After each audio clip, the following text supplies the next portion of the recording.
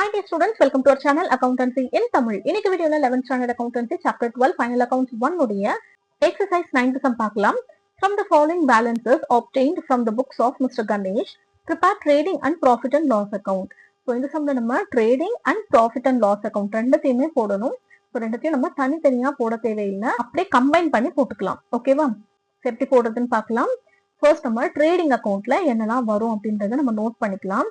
Stock on 1/1/2017 opening stock, so இது வந்து trading அக்கௌண்ட்ல வரும். நெக்ஸ்ட் பர்ச்சேசஸ் அப்படின்றதும் ட்ரேடிங் அக்கௌண்ட்ல வரும். சேல்ஸ் அப்படின்றதும் ட்ரேடிங் அக்கௌண்ட்ல வரும். ஃபர்ஸ்ட் இந்த 3 ஐட்டம்ஸையும் எடுத்து நம்ம எழுதிக்கலாம். ஃபார்மேட் எல்லாமே கரெக்டா போட்டுக்கோங்க. இந்த books of Ganesh trading and profit and loss account for the year ending 31st December 2017. Debtor creditor போட மறக்காதீங்க. So first to opening stock 8,000 rupees போட்டாச்சு. டு பர்ச்சேசஸ் 22,000 rupees போட்டாச்சு. அண்ட் கிரெடிட் சைட்ல பை சேல்ஸ் 42,000 rupees போட்டாச்சு. ஸோ சேல்ஸ் அப்படின்றது நமக்கு credit சைட்ல தான் வரும் இல்லையா, அதனால நம்ம கிரெடிட் சைட்ல போட்டிருக்கோம். Expenses on purchases. Expenses on purchases அப்படின்றது என்னன்னா, ரா மெட்டீரியல்ஸ் பர்ச்சேஸ் பண்ணும்போது அப்போ சில எக்ஸ்பென்சஸ் எல்லாமே ஆகிருக்கு. ஸோ இது வந்து நம்ம ரா மெட்டீரியல்ஸ் பர்ச்சேஸ் பண்ணும்போது ஆன எக்ஸ்பென்ஸ் அப்படின்றதுனால நம்ம ட்ரேடிங் அக்கௌண்ட்ல போடணும். ஓகேவா? இதுவே சேல்ஸ் அப்போ ஏதாவது எக்ஸ்பென்ஸ் ஆகிருக்கு அப்படின்னா அது நம்ம ப்ராஃபிட் அண்ட் லாஸ் அக்கௌண்ட்ல போடணும். Okay, so expenses on purchases அப்படின்றது நமக்கு ட்ரேடிங் அக்கௌண்ட்ல தான் வரும். இது வந்து டெபிட் சைட்ல வரும், ஏன்னா எக்ஸ்பென்ஸ் அப்படின்றதுனால டெபிட் சைட்ல போடணும். எக்ஸ்பென்சஸ் ஆன் பர்ச்சேசஸ் 2,500 rupees போட்டாச்சு. நெக்ஸ்ட் ஃபினான்ஷியல் சார்ஜஸ் பெய்டு, இது வந்து நமக்கு பிஎன்எல்ல வரும். அண்ட் எக்ஸ்பென்சஸ் ஆன் சேல்ஸ் அப்படின்றது நமக்கு பிஎன்எல்ல வரும். ஸோ எக்ஸ்பென்சஸ் பர்ச்சேஸ் அப்போ ஆகிருக்கு அப்படின்னா அதை ட்ரேடிங் அக்கௌண்ட்ல போடணும். சேல்ஸ் அப்போ ஆகிருக்கு அப்படின்னா அது நம்ம பிஎன்எல்ல போடணும். ஓகே, நெக்ஸ்ட் பேட் டெப்ட் நமக்கு பிஎன்எல்ல தான் வரும். ட்ரேட் எக்ஸ்பென்சஸ் அப்படின்றதும் நமக்கு பிஎன்எல்ல தான் வரும். நெக்ஸ்ட் டிஸ்கவுண்ட் அலவுட் அப்படின்றது எக்ஸ்பென்ஸ் நமக்கு பிஎன்எல்ல வரும். அண்ட் கமிஷன் அலவுட் அப்படின்றதும் எக்ஸ்பென்ஸ் பிஎன்எல்ல வரும். செல்லிங் எக்ஸ்பென்சஸ் எக்ஸ்பென்ஸ் தான், ஸோ இதுவுமே நமக்கு பிஎன்எல்ல வரும். Repairs on office vehicles, so ரிப்பேர்ஸ்க்கு பே பண்ணிருக்கோம் அப்படின்னா இதுவும் நமக்கு பிஎன்எல் அக்கௌண்ட்ல தான் வரும், டெபிட் சைட்ல வரும். ஓகேவா? ஸோ ட்ரேடிங் அக்கௌண்ட்ல வேற எதுவுமே போடுறதுக்கு இல்ல.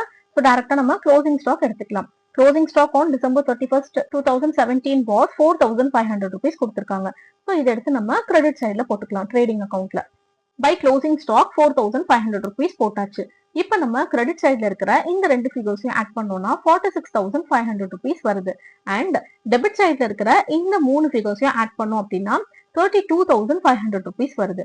அப்ப நமக்கு டெபிட் சைட்ல தான் அமௌண்ட் கம்மியா இருக்கு இல்லையா? ஸோ 46,500ல இருந்து இந்த 32,500 rupees மைனஸ் பண்ணிட்டோம்னா பேலன்ஸ் 14,000 rupees வரும். இதுதான் நமக்கு கிராஸ் ப்ராஃபிட். ஓகேவா?